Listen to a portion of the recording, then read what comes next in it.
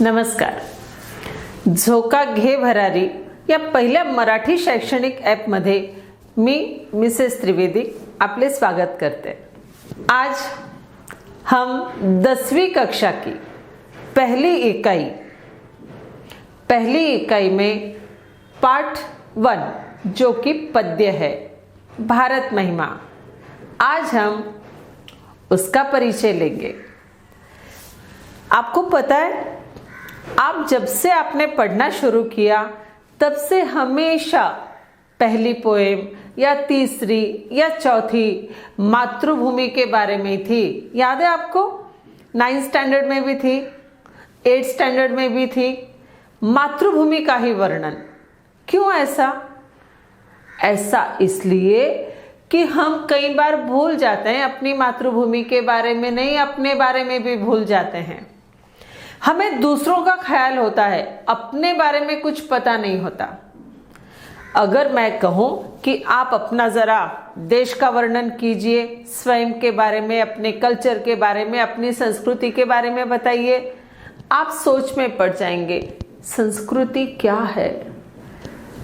अभिमान होना चाहिए.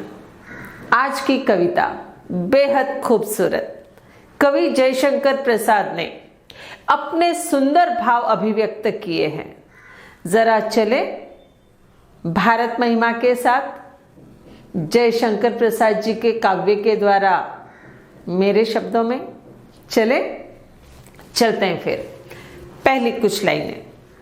हिमालय के आंगन में उसे किरणों का दे उपहार, उषा ने हंस अभिनंदन किया और पहनाया हीरक हार. जगे हम लगे जगाने विश्व, लोक में फैला फेरा लोक, व्योमतम हुआ पुंज हुआ नष्ट, अखिल संस्कृति हो उठी अशोक. जरा गौर कीजिए.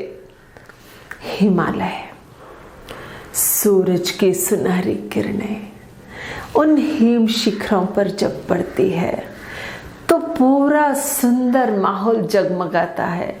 हमने क्या अपने भारत माता को कौन से शब्दों में हम उन्हें नवाजते हैं, कौन से शब्दों में हम उनका अभिनंदन करते हैं कि भारत माता का मुकुट है हिमालय, चरण है उनके वे तीनों समुद्र. याद है ना आपको? भारत माता का रूप देखिए. और कोई देश अपने देश को माता कहकर नहीं पुकारता है, केवल हम पुकारते हैं क्योंकि माँ का दर्जा बड़ा होता है. हिमालय के उन सुनहरे सुंदर शिखरों पर जब सूरज की किरणें पड़ती तो ऐसा लगता है कि भारत माता के गले में हीरों का हार पहनाया हो. कल्पना देखिए आप, कितनी सुंदर कल्पना है. उषा ने हंसकर स्वागत किया. उषा यानी सूरज की सुनहरी किरणें सुबह. तो उषा ने हंसकर अभिनंदन किया कि आइए सुबह हो गई, स्वागत है आपका. और फिर जो प्रकाश फैला है सूरज की उन किरणों का, ध्यान से सुनिए बच्चों. हमने संसार को ज्ञान का प्रकाश दिया. हमारी परंपरा बहुत पुरानी है, हम कोई ऐसे वैसे नहीं हैं. हमने संसार को चलना सिखाया. चलने का मतलब होता है प्रगतिशील बनना. हमने सिखाया. हमारी परंपरा बहुत पुरानी है. हमने ज्ञान प्राप्त किया. हमारे ऋषियों ने, मुनियों ने अपने अनुभवों से ज्ञान प्राप्त किया, भाषा लिखी, लिपि बनाई और संसार को हमने ज्ञान का प्रकाश दिया. ऐसा प्रकाश फैलाया कि अज्ञान नष्ट होता गया. जब प्रकाश फैलता है अज्ञान नष्ट होना ही है. कवि कहते हैं कि विमल वाणी ने वीणा ली, कमल कोमल कर में सप्रीत, सप्त स्वर सप्त सिंधु में उठे, छिड़ा जब मधुर साम संगीत. बच्चों आपको याद है उपनिषद, वेद, रामायण, महाभारत, कितनी गहरी परंपरा है हमारी. कितने सुंदर काव्य रचे हैं हमारे उन महर्षियों ने. वे ऋषि मुनि कोई झोला लेके भगवान के नाम पे दे ऐसे भीख मांगने वाले नहीं थे. वे बड़े ज्ञानी थे, फिलोसोफर थे. तुम्हारी भाषा में कहूं तो साइंटिस्ट थे, बड़े वैज्ञानिक थे. निरंतर खोज करते रहते थे, निरंतर नया निर्माण करते रहते थे. 4 वेदों की रचना हुई. याद है ना आपको? ऋग्वेद, यजुर्वेद, सामवेद, अथर्ववेद। इन चारों वेदों में क्या है? ये तो भैया भारी शब्दों में, बड़ा संस्कृत में है, इसके अनुवाद भी है। आप बड़े हो जाओगे तब अवश्य पढ़ना। बस मैं आपको कविता से संबंधित बता दूं कि जैसे आपके होते हैं ना physics, chemistry, biology, arts, commerce होते हैं ना, बिल्कुल वैसे ही सेक्शन है इसमें। और सामवेद में पूरा आर्ट्स एंड नृत्य, गीत, संगीत। कौन है संगीत और नृत्य के देवता और देवी? किसके हाथ में वीणा होती है? मां सरस्वती के हाथ में। मां सरस्वती ने जब अपने स्वर छेड़े तो संसार को मिला मधुर संगीत, मन को शांत करने वाला, मन की सारी पीड़ा दूर करने वाला। ऐसे प्यार से, प्रेम से उन्होंने अपने सप्त स्वर छेड़े। एक हाथ में वीणा, ज्ञान की देवी मां सरस्वती। कवि आगे कहते हैं, गौर से सुनना। विजय केवल लोहे की नहीं, धर्म की रही धरा पर धूम, भिक्षु होकर रहते सम्राट, दया दिखलाते घर घर धूम। ये सबसे जरूरी बात है। अरे बाहुबल के आधार पर शस्त्र दिखाकर तो कोई भी गली का गुंडा भी डरा धमका सकता है, पर उसके पैर छुके प्रणाम नहीं किए जाते। हमने विजय प्राप्त की। हमने केवल लोहे के बल पर विजय प्राप्त नहीं की, हमने दिलों को जीता है। हमने उनके स्वाभिमान को ठेस नहीं पहुंचाई। आक्रमणकारी को भी हमने प्रेम से जीता है। और हमारी परंपरा देखो तो कैसी है। 25 वर्ष का एक युवक, राजकुमार, मगध साम्राज्य का राजकुमार, नाम याद है आपको? सिद्धार्थ, इकलौता बेटा, सारी सुख सुविधाएं थी उसके पास, सुख ही सुख देखा। और जब उसे कुछ अनुभव हुआ, बस निकल पड़ा संसार को दुखों से बचाने के लिए, संसार को सुख का रास्ता दिखाने के लिए। घर घर जाकर एक भिक्षु बनकर उसने दिखा दिया कि त्याग क्या होता है। हमारी परंपरा है त्याग की, दान की। हमारे यहां धर्म को श्रेष्ठ मानते हैं। धर्म अर्थात, धर्म का अर्थ कोई हिंदू मुसलमान ऐसा नहीं। धर्म का अर्थ होता है जो दूसरों की मानवता के साथ सेवा करे, जो दूसरों के दुखों को दूर करे, वही धर्म है। हमारे यहाँ यही सिखाया गया है। अपने अपने हम जन्म से जिस घर में जन्म लेते वो धर्म हमारा होता है, तो हम उसकी इज्जत करते हैं। और हमें सिखाया, हमें दूसरों की भी इज्जत करना सिखाया है, दूसरों के धर्म को भी। इसीलिए तो भारत की खासियत है कि यहाँ सर्वधर्म समभाव है। यहाँ सभी धर्मों के लोग एक साथ इज्जत के साथ जीते हैं। और ये परंपरा हमने सदियों पुरानी है, और इसीलिए सर्वश्रेष्ठ कहा गया है भारत को। कवि आगे कहते हैं, गोरी को दिया दया का दान, चीन को मिली धर्म की दृष्टि, मिला था स्वर्ण भूमि को, रत्नशील की सिंहल को भी सृष्टि। बहुत आक्रमणकारी आए बेटा। हमारी परंपरा ये रही कि हमने किसी पर आक्रमण नहीं किया, लेकिन जब किसी ने आक्रमण किया हम कायर नहीं है, मुकाबला करना जानते हैं। लेकिन जब भी हमने किसी को पराजित किया, कई बार उसे भी माफ कर दिया, उसको भी जीवन दान दे दिया। चाहे वो यवन हो, वो मुगल हो, अंग्रेज हो, कई बार हमने उन पर दया दिखाई, क्योंकि दया परमो धर्म। हमारे यहाँ दया को महत्व दिया गया है। और जब पंचशील के नियम सिद्धार्थ के बाद जिन्होंने अपना जीवन पलट दिया, गौतम बुद्ध के नाम से जो जाने गए, उन्होंने ऐसे धर्म को अपनाया जो चीन ने, जापान ने, नेपाल ने, कई देशों ने उस धर्म को स्वीकारा, जिसमें सबसे पहला था जियो और जीने दो। आप भी जियो, हम भी जीते हैं। प्राणी मात्र के प्रति दया दिखलाई गई। एक नया रूप, एक नया विचार संसार को दिया कि जीवन छीनने में नहीं, जीवन देने में श्रेष्ठता है। ऐसे ऐसे रत्नों के जैसे महान विचार दिए। श्रीलंका में भी जाकर, याद है आपको, सम्राट अशोक ने भी बौद्ध धर्म स्वीकार किया।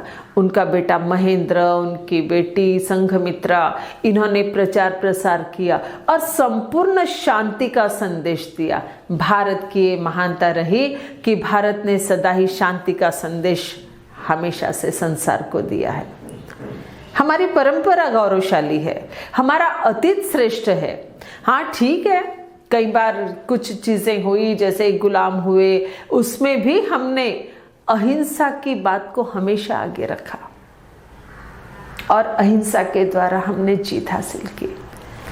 कवि क्या कहते हैं, किसी का हमने छीना नहीं, प्रकृति का रहा पालना यही, हमारी जन्मभूमि थी यही, कहीं से हम आए थे नहीं, ये हमारी भूमि है, हमारी मातृभूमि। अभिमान होना चाहिए, हम आर्य हैं, ये आर्यों की भूमि है।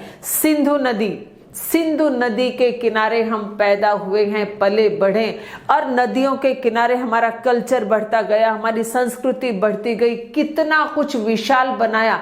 आप उत्तर, दक्षिण, पूर्व, पश्चिम, पूरे भारत में कहीं भी जाओ, आपको सारी विविध परंपराएं श्रेष्ठतम मिलेगी। क्या क्या नहीं है हमारे देश में। आप कभी मराठवाड़ा गए हो? अजिंठा एलोरा का नाम सुना होगा, जाना जरूर। आपको दुनिया का सबसे अलग अचंभा मिलेगा कि हमारे यहाँ क्या बना है। संसार में पहले बेस बनता है, फिर फर्स्ट फ्लोर, सेकंड फ्लोर। वेरुचिलेडी एलोरा में पहले टॉप फ्लोर बना, उसके बाद में नींव बनी। कैसे हुआ होगा ये? यही तो खासियत है हमारे यहाँ की। उस जमाने में भी, हजारों साल पहले भी, पूरा गणितीय भौतिकीय ज्ञान हमारे यहाँ था। ऐसे ऐसे विद्वान थे कि जिन्होंने अद्भुत रचनाएं रची। आगे चले। चरित थे पूत, भुजा में शक्ति, नम्रता रही सदा संपन्न, हृदय के गौरव में था गर्व, किसी को देख न सके विपन्न। हमारे संचय में था दान, अतिथि थे सदा हमारे देव, वचन में सत्य, हृदय में तेज, प्रतिज्ञा में रहती थी टेव। और खासियत क्या है अपनी? बेटा, आपने कई बार देखा होगा कि आपके द्वार पर कोई अतिथि आया है या आपने किसी को भोजन कराया है। उनके भोजन करने के बाद आप उन्हें प्रणाम करते हो। इसका मतलब क्या हुआ कि धन्य भाग मेरे, जो आपने मेरे यहाँ अन्न ग्रहण किया। ये खासियत है, हम देने के बाद झुकते हैं, देने का अहंकार कभी नहीं रहा। हमने सदा से ही दान देने की परंपरा को निभाया है। एक बार वचन दिया, बस उस वचन को निभाना हमारा परम कर्तव्य होता है। हमारे बाहों में बल है, लेकिन उसका उपयोग हमने निर्बल को सताने में नहीं किया। निर्बलों की रक्षा के लिए शक्ति का उपयोग किया जाता है, दूसरों को सताने में नहीं। हम आतताई नहीं, हमने सदा से ही रक्षक बनकर जन सामान्य को संभाला है। इसीलिए तो पुरुषोत्तम, मर्यादा पुरुषोत्तम प्रभु श्री राम जब वनवास गए तो क्या उनके पास बाहुबल नहीं था? वो चाहते तो सब कुछ 2 पल में कर सकते थे, पर उन्होंने बताया कि एक जन सामान्य के रूप में रक्षा करके, लोगों का रक्षक बनकर कैसे हृदय को जीता जाता है। ये हमारे श्रेष्ठतम लोकोत्तर पुरुषों ने बताया और ये हमारी खासियत है।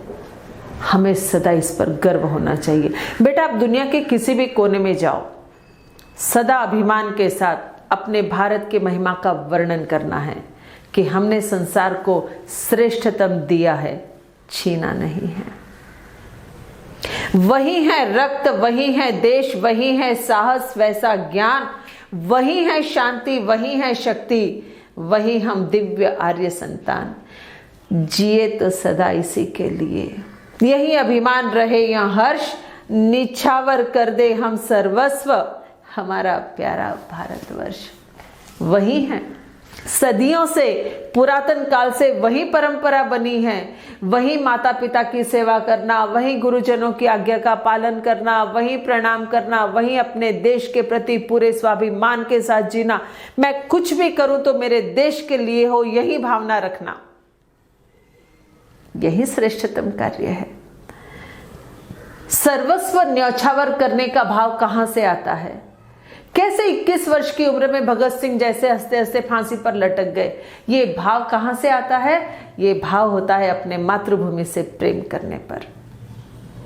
जिए तो सदा इसी के लिए, निछावर कर दे हम सर्वस्व, क्योंकि हमारी पहचान हमारे देश की वजह से। हमारी वजह से देश नहीं है, देश की वजह से हम हैं। याद है ना आपको, जब हम पैदा होते हैं हमारा नाम 12 दिन के बाद लिखा जाता है, लेकिन पैदा होते ही नेशनलिटी, किस देश के वासी हो, वो पहले लिखा जाता है। यानी हमारे नाम से भी पहले हमारे नाम के साथ क्या जुड़ता है? हमारे देश का नाम। जाहिर है देश की वजह से हम हैं।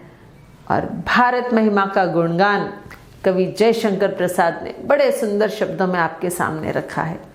बेहद खूबसूरत काव्य। आपकी समझ में आया? अच्छा लगा आपको? आज इतना ही। Thank you.